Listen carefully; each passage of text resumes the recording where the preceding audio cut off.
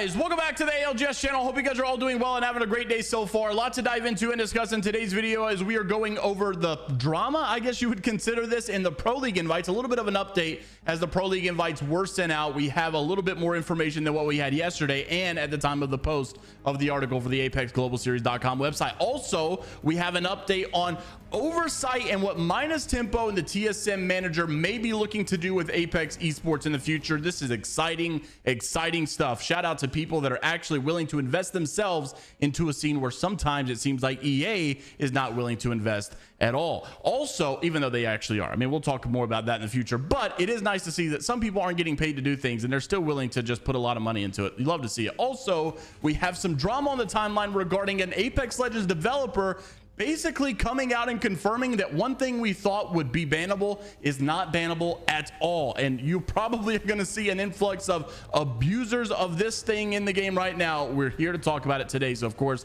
like the video, subscribe to the channel if you guys want to stay up to date, all things Apex Legends esports related. First thing I wanted to make mention of, really interesting concept here. Furia, obviously, Albralelie has been on the roller for 4 days in now, he said. Now, not long ago, Albralelie did actually go back and try to go on controller, but it didn't work too well. I think they were in the middle of like a really hot contest at the time that they were trying it, and so therefore he didn't have time to really give controller his all. So he decided to go back to MK, and now it looks like he's trying out the roller once again. Obviously saying 4 days in, 98 more to go until Pro League. Do you guys think that I will be ready? And everybody's already calling his bluff down in the comments saying day 92 you'll be back on MNK.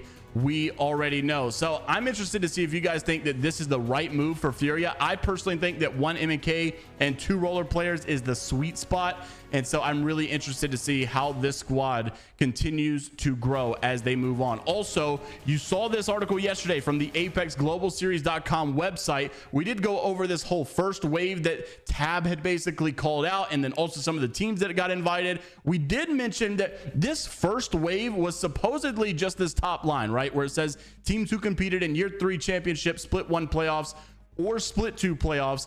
Basically, you know, those are the teams that got invited. However, many people seem to be interpreting it a different way. Maybe it's just like the teams that we already know and statistically figured out would basically get theirs, and then maybe only the second wave is for this whole discretion ALGS invite. Well, it seems like there is a little bit of, I guess, unknown about this, because TeQ posted this yesterday, or actually earlier today. No, it's yesterday when you're watching the video, today as I'm recording it. But no year 4 invite for the meat lovers. This is a weird one. Not seeing TeQ get an invite, and it's really weird because, you know, TeQ always has something to say, and he's always a big instigator in the community, and a lot of people obviously you know, have their fair share of opinions on TeQ, but I never want to see someone, like, you know, not have success. And I know TeQ has an opinion about me as well, but I'm not going to hate on the guy. You know, I feel like TeQ obviously is a really good competitor. I feel like the meat lovers are a great team. To not see them get an invite would be weird, but would not only be crazy to see meat lovers not get the invite, it'd also be insane to watch a team like Tripods or even E8 get the invite over the meat lovers.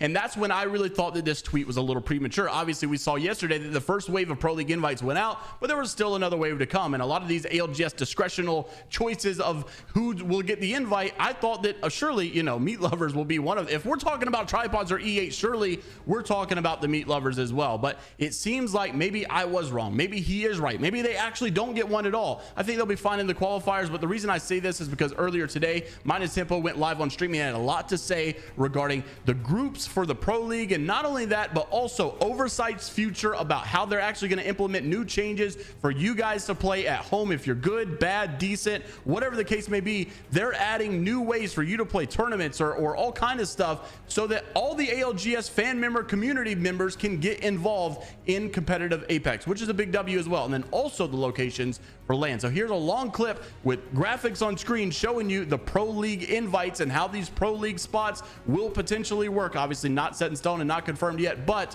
a really interesting conversation to say the least. Roll the clip. Mon and Kimchi. Kimchi was the coach, but Kimchi is technically a player, so they keep the spot. And then Scurry is doing the same thing. Perhaps this is not the time for this question. What are your plans with Oversight? Short term, run a continuous tournament throughout the year that works with ALGS, so that you guys have comp Apex to watch permanently. Long term, oversight will provide a players association, a private rank system, tournaments for not just the top pros, but the entire Apex competitive community. So even if you're silver, even if you're bronze, you would still have something to play in. It's a part of a bigger project that I'm working on, because that will eventually qualify you into lands later down the line, but that's like 2025, 2026. Good job. I'm a new follower, but is there a good chance that there will be LAN in NA again? After having 3 lands in EU, odds of them hosting in NA and Asia are high, I want to say. There's no way that they're doing any more for year 4 in EU. So my assumption is maybe 2 NA, 1 Asia, or 1 NA, 2 Asia. I hope it's 2 Asia, to be honest. I hope they do 1 in NA and then 1 in Korea and then 1 in Japan.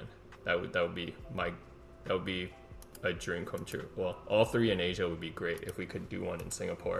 Obviously, there's a lot of conversation here. We've got land location discussions. We've also got people talking about the whole meat lover situation, or you can even see the graphic on screen where meat lovers were not included in those Pro League graphics. But I still think that there will be some way for Pro League members to get in like the meat lovers, because they should be able to zoom through those Pro League qualifiers. I don't see another team being able to keep up with them, to be quite honest with you. But obviously, we'll keep you updated here. Also wanted to mention some drama going on in the timeline right now, because Apex Legends Hideouts, a developer that you guys probably all know and probably have all seen before in the news, especially considering he's part of the security team, looks like he has now confirmed, we talked a little bit more about this on the main channel, on an exploit that you can use in ranked. You guys probably have heard a lot of the drama of people going out of zone, constantly using heat shields, constantly avoiding all fighting, and just ratting their way into like top 2, top 3, whatever it may be. Well, apparently, according to ShubyTuby, he posted earlier that the number 3 Apex Predator right now is currently intentionally avoiding fights in top 3 ranked. He's the top 3 ranked player in the world, and he doesn't even fight. He just simply uses lifeline and abuses the whole heat shield, out of zone, garbage, crap, whatever it may be. Now, PvP actually responded to this and said this would be a good ban, because obviously you can make a statement with this fool that exploiting isn't allowed. Well, Hideouts responded, and it caught a lot of people off guard, but he said, what's the exploit? I see a game mechanic being used in less than fun way that definitely feels bad, but I can't ban for something like that because technically it's not an exploit. And this is where people got really crazy. PvP says, are you serious? Like, people are healing through 6 zones. It's not an exploit to the intention of how rank should be played. And he did not get a response at the time of recording the video, but obviously a lot of people had something to say about this. Like, yes, it is a cringe way of playing, but technically by definition they say it's not an exploit. Obviously PvP feels like it is an exploit, because an exploit equals abusing the system to gain points in a way that is not intended. It's actually comical that this is even a discussion. And it is true that they did say that this is not how rank was intended to be played, because they already started to nerf your points for ratting or something like that. Well, now it seems like, yes, it is true. Yes, it is confirmed that they don't want you playing like this, but it's also confirmed by Hideouts that it's technically not an exploit somehow. So this has everybody in a whirlwind. Interested to see what you guys had to say about it as well. Of course, like the video, subscribe to the channel if you want to stay up to date, all things Apex Legends, esports related. And until the next time, folks, we will see you all later, Gators.